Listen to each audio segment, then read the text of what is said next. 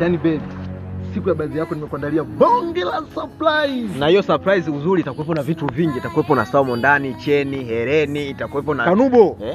Sasa unasemaje surprise? Mimi sijasema surprise, wewe ndio umesema surprise. Hautaki kupitaje hivyo vitu ambavyo nitampa mpaka siku ya birthday yake. Kumbe basi fresh basi. Ndio nimekuelewa hapo. Nitakupeleka sehemu ambayo sehemu nzuri, tutakaa, tutaenjoy. Na tutakuwa tumevaa wote white, itakuwepo pale Coco Beach. Wewe utakuwa na kanguo kako. Sijui shakwambia hicho kitu. Itakuwepo noma siku hiyo. Nibii kama shemeji. Nimekuambiaje kama usitaje surprise? Kumbe hata hiyo ni surprise. Mimi sikujua kama yenyewe. Ungeanza neno ni surprise pia. Sawa basi. Fresh. Na nitachukua apartment, nitakuwa na marafiki zangu, uje na marafiki zako. Yaani wewe jiandae tu vizuri kwa sababu siku hiyo pia amejipanga kutia mimba kivyo vyote. Umelewa au hujalewa? Toka Kanubo. Toka. Toka Kanubo.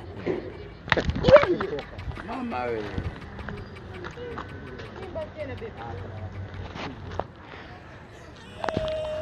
Kanubo akia Mungu nakuua.